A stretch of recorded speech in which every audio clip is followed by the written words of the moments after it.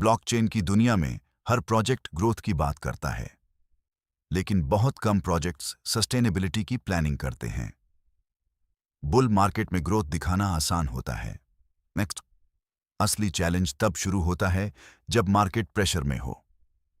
इसी चैलेंज को ध्यान में रखकर ज़ोरपी प्रोटोकॉल का स्टेबिलिटी आर्किटेक्चर डिजाइन किया गया है।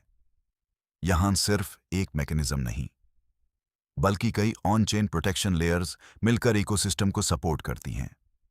लेयर 1, प्राइस स्टेबलाइजर इंजन सबसे पहले आता है। ज़ोरप का प्राइस स्टेबलाइजर इंजन। ये इंजन मार्केट कंडीशंस के हिसाब से क्विक स्वैप पर ZRP को बाय और सेल कर सकता है। लेकिन इस इंजन को समझना बहुत जरूरी है। ये कोई नॉर्मल ट्रेडिंग वॉलेट नहीं है। ये एक quick swap white listed ecosystem wallet है। इस वॉलेट का पर्पस सिर्फ इकोसिस्टम के प्रीडिफाइंड मार्केट ऑपरेशंस तक सीमित है। ये किसी प्राइवेट वॉलेट में ZRP ट्रांसफर करने के लिए डिजाइन नहीं किया गया। इसके ट्रांजैक्शंस ब्लॉकचेन पर ओपनली वेरीफाई किए जा सकते हैं। और जब मार्केट ऑपरेशन के बाद कुछ ZRP या USDT बैलेंस बच जाता है, तो उस बैलेंस को ZRP USDT लिक्विडिटी पूल में ऐड किया जा सकता है। उसके बाद जनरेट होने वाले LP टोकन्स बर्न कर दिए जाते हैं। यानी ऑब्जेक्टिव सिर्फ बाय और सेल नहीं, बल्कि लिक्विडिटी को और मजबूत बनाना भी है।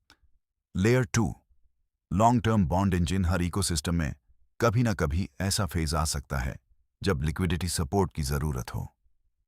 इसी सिचुएशन को ध्यान में रखकर ज़ोरप में लॉन्ग टर्म बॉन्ड का कॉन्सेप्ट डिजाइन किया गया है। जब प्री डिफाइंड कंडीशंस के तहत long term bond phase active होता है, तब इकोसिस्टम लॉन्ग टर्म पार्टिसिपेंट्स को पार्टिसिपेट करने का अवसर देता है। लॉन्ग टर्म बॉन्ड होल्डर्स को उनके सेलेक्टेड बॉन्ड स्ट्रक्चर के हिसाब से 1% डेली ROI प्लान के साथ साथ प्रोटोकॉल के मंथली ROI टर्नओवर पूल का 5% शेयर भी मिल सकता है, जो एलिजिबल बॉन्ड होल्डर्स के बीच predefined smart contract rules के अनुसार डिस्ट्रीब्यूट किया जाता है। इसका विजन सिर्फ रिवॉर्ड देना नहीं, बल्कि लॉन्ग टर्म पार्टिसिपेशन को इनकरेज करना और इकोसिस्टम की लिक्विडिटी को सपोर्ट करना है। जितना स्ट्रॉन्ग लॉन्ग टर्म पार्टिसिपेशन होगा, उतना ही इकोसिस्टम मार्केट प्रेशर को बेहतर तरीके से अब्सॉर्ब कर सकता है। Layer 3, dynamic protection system. अगर market price predefined stabilisation levels तक आ जाए, तो प्रोटोकॉल के प्रोटेक्टिव रूल्स एक्टिवेट हो सकते हैं। उदाहरण के लिए, अगर ZRP की प्राइस 1 USDT से नीचे आए, तो डेली विड्रॉल कैप 500 USDT तक एडजस्ट हो सकती है। और अगर प्राइस 0.5 USDT से भी नीचे चली जाए, तो withdrawal limit 200 USDT per day तक एडजस्ट हो सकती है। इसी स्टेबलाइजेशन फेज के दौरान रिवॉर्ड रेट टेम्पोरेरी रूप से 0.05% तक एडजस्ट की जा सकती है। इन मैकेनिज्म्स का उद्देश्य किसी इन्वेस्टर को रोकना नहीं, बल्कि इकोसिस्टम को इतना समय देना है कि लिक्विडिटी पर अचानक प्रेशर कम हो और मार्केट को नेचुरली स्टेबलाइज होने का मौका मिले। One vision, multiple protection layers, price stabiliser engine, long term bond, liquidity addition, LP burn, withdrawal management, ROI adjustment.